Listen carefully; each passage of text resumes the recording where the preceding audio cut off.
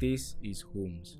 You probably already know him if you're a lover of mysteries and all things weird, but what you may not know is that he's the first serial killer who ever lived.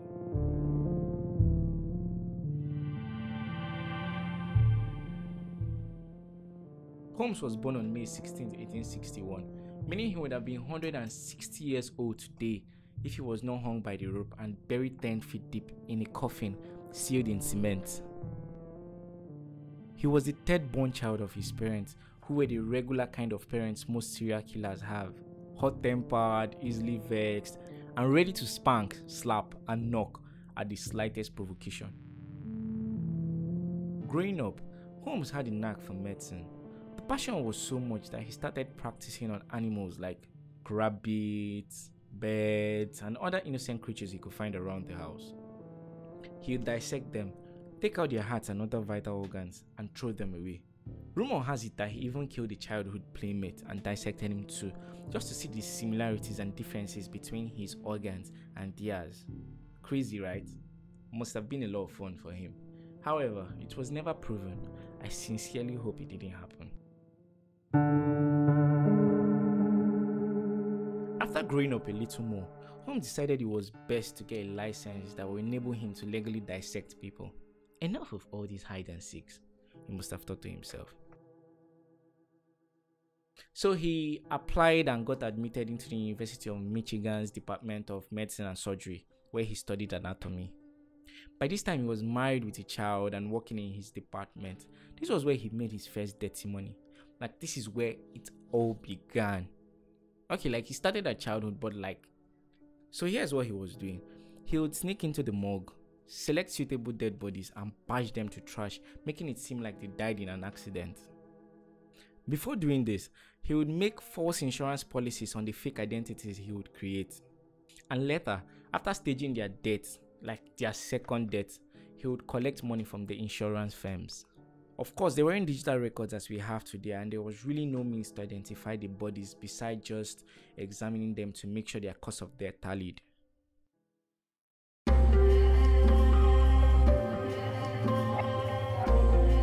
So Holmes graduated from medical school in 1861, and rather than settle down with his family, he disappeared, leaving his wife and child behind.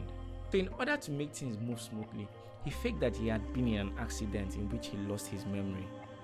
All this was to make a smooth entry into Chicago to start his evil deeds on a clean slate, especially considering the fact that people in his neighborhood had started raising eyebrows.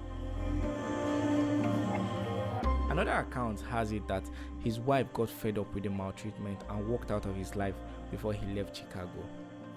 Then in Chicago, he took a job as a pharmacist under the name Dr. H.H. Holmes. Mind you, his real name was Herman Webster Mudgett. He made up the new name to distance himself from the terrible things he had done back in Michigan. The pharmaceutical store he worked in was that of a doctor named Elizabeth Hulton. She was a schoolmate of his who was only a few years ahead. I seriously doubt that he would know about his long list of dastardly deeds. Holmes worked very hard, eventually buying the drugstore and growing it into a massive empire. But you would be mistaken if you think he didn't need his scams around it. He marketed fake cures for alcoholism and drugs that he claimed could treat all ills, but were in fact molded chalk. He even went ahead to market water he claimed he was tapping from a miracle spring, when it was in fact tapped from the general supply. This guy. Holmes soon grew bored of dispensing drugs and pulling little scams. He felt the need to do something worse, something dark, something mean and evil. So Holmes thought to himself, I could actually make money killing people and stealing their properties. Wow, what a brilliant idea. And so he did. One of his first victims was a patient who died shortly after taking drugs from him. However, Holmes denied having any hands in his death. He became so successful in killing people and stealing their possessions that he saved up enough money to buy an empty land just opposite his drugstore. It was in this place that he started building what became known as the Mother Castle. Don't worry, I'll tell you all about it.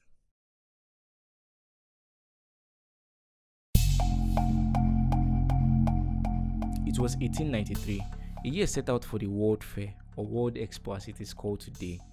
The World's Fair is an international exhibition designed to allow nations to showcase their achievements. It is usually held in different parts of the world for a specific period of time, and people troop in from every corner of the earth to have a wonderful experience, just like tourists do. The mother castle, which Holmes supposedly called the World's Fair Hotel, was a special way of preparing for the event. Now, the castle was very mysterious. It had rooms that had no door, doors that were sealed up with a brick wall, gas chambers, trapdoors, and many passages that led nowhere. Among other things he had were a disorienting maze of hallways and staircases, secret passages, and soundproof rooms.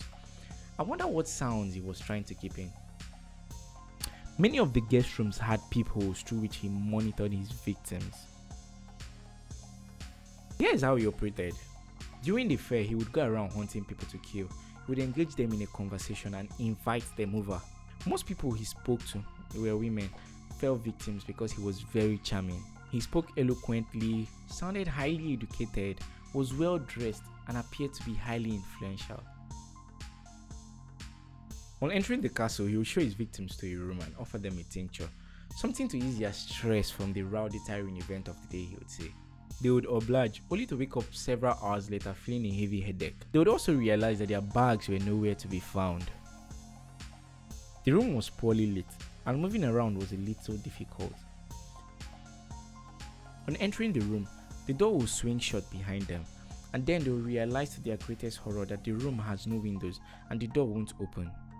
Within a few minutes, the victims will find themselves gasping for air, and in a desperate attempt to escape, they would make use of the one obvious exit, an opening on the floor with a narrow, sloping channel. Once in, the victim would slide down uncontrollably into a box barely bigger than a coffin. The top would close, with the victim's fate sealed within as they would slowly and painfully suffocate to their death. All Holmes needed to do was open the base of the box, which would give way to the now lifeless body to fall onto an operation table which was perfectly placed beneath. He would then dissect them like he practiced at childhood, extract their organs, and sell them for money. Good money.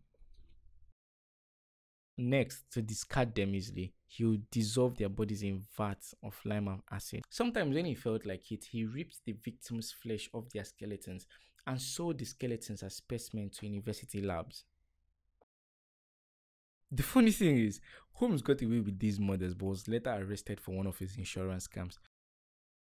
Although he confessed to killing 27 other people, authorities found that many of the people he claimed to kill were alive and well, leaving him linked to only 9 murders.